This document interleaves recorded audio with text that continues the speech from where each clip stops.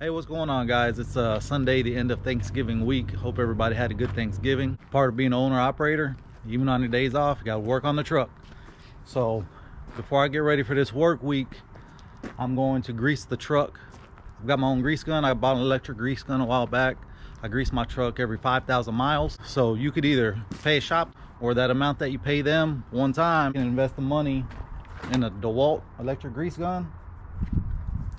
Few tubes of grease, and this will cover the expense of paying somebody to do it. You do it this way, you know the job is done right. You can do it at your own convenience. You don't have to go to a shop, wait in line, and pay them the charge that you would have spent on one of these.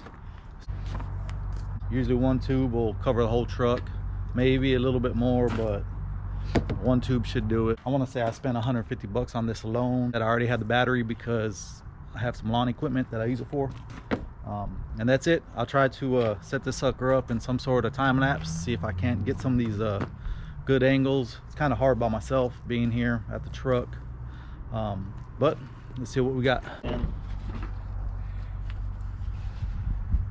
Pull the end off. Open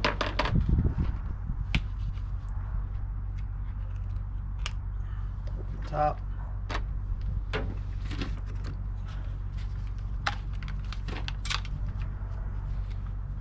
So you want to, I don't know the proper terms, discharge it. I might have some grease in here.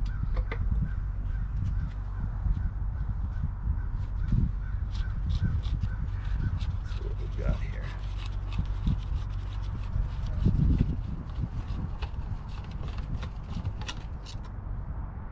No, I don't have no grease in here. Take it like that. Take the end. Can only go one way. If you try to put that way, it ain't gonna go. So you put the other end that you peeled off, slap that sucker in there like so, turn it back on,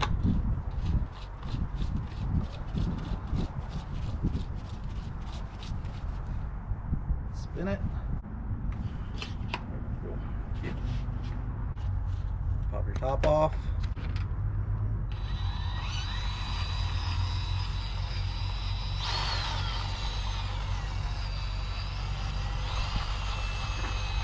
That's it. So that's all there is to it to get this thing loaded, ready to go. It's really convenient. So I usually start back here in the back of the truck. I'll try to go over the stuff with you, but it's gonna be kind of hard because I'm by myself. I've only got two hands, but you just start going by, hitting all the grease zerk. Start on the rear axle, hit your slack adjusters, scoot up to the next axle, hit those, your S-cams. There's some grease fittings on the drive shaft all the way up. It's pretty simple once you find all the grease points. I don't have them all memorized yet, so I kind of got to look over each spot before I crawl to the next to get them. But like I said, it's better off doing the job yourself versus paying somebody.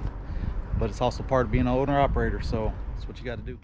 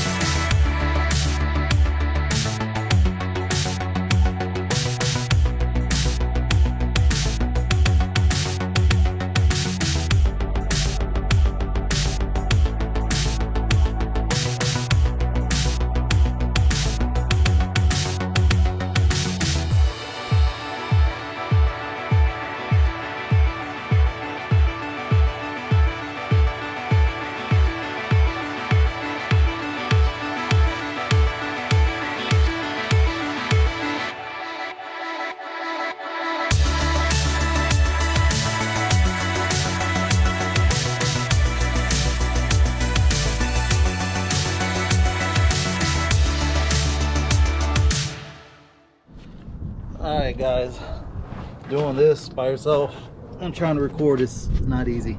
So I did the back half of the truck already. So you got your S-cams up top. Do your S-cams. Do your slack adjusters, fittings in the back. So you got two on each axle, each side, front axle, back axle, same thing back there. Then you do your drive shaft up here. There's gonna be one in there, and then there's gonna be one on the top on the inside. Same for the drive shaft back there, and it's gonna be continued all the way up here to this front one, all the way there. Then you just look for any other grease fittings along the way. That's pretty much it for the back. There's nothing else back here that I know of. If you guys know of any and I'm missing them, comment down below and let me know. I'm still learning a lot, and I'm sure some of you guys could teach me a thing or two. And then you get to the front and you got to do the front suspension. So once you get to the front, same thing, you're just going to look for all your slack adjusters up there, or your little, I don't know the names and all the stuff, but you just clean them off before you hit it. They're all over the place, both sides. So then the front, you get up here, you got some up here. I already did the ones from below. There's one there. You got your steering shaft, you got one there, there's gonna be one in there, same as there. We've done this bad boy, all that one. Once you know, this one I put a little too much, the grease started coming out. You can usually hear it crackle, or as soon as you see it start coming out like that, then you stop. That's how you know you got enough, or it comes back out the Zerk fitting. Sorry for the video. Not doing the best on the footage coverage.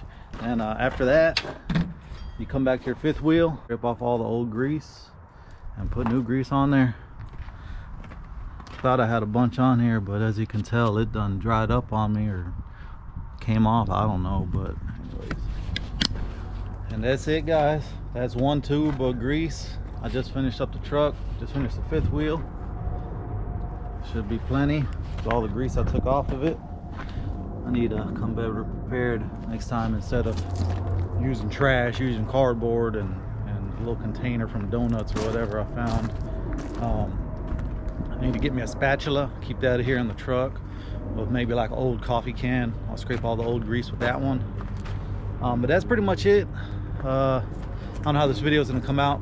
Again, I apologize for that. I'm by myself and it's kind of hard, you know. I don't want to get the camera all dirty with grease all over my hands and stuff like that, but that's pretty much the gist of it. While I'm here, I'm gonna go ahead and finish off the truck. I'm gonna check all the fluid levels, check the air pressure, stuff like that, so tomorrow morning I'll be ready to go. If some of you didn't know, on these end dump trailers, if you pull an end dump trailer, your fifth wheel is blocked up right here. It doesn't move, it doesn't tilt, it doesn't go up and down, it stays that way. See, there's the blocks right there, one on each side. And then there's some up front as well. That bump stop right there, one on each side. So when that's blocked up, the trailer you're pulling, the end dump trailer, is the one that does the tilting. So as you can see, I mean, it's really heavy, but it goes up and down. So whenever you hook back up to an end dump trailer, you have to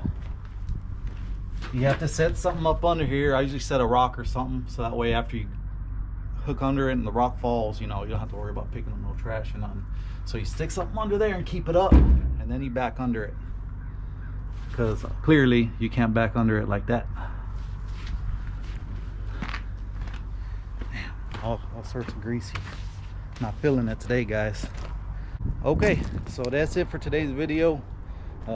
Sorry for the quality. Like I said, I'll get back to trucking this week. Hope you guys have a great week. Don't forget to like, comment, and subscribe. And last but not least, don't forget to turn on your CB radios.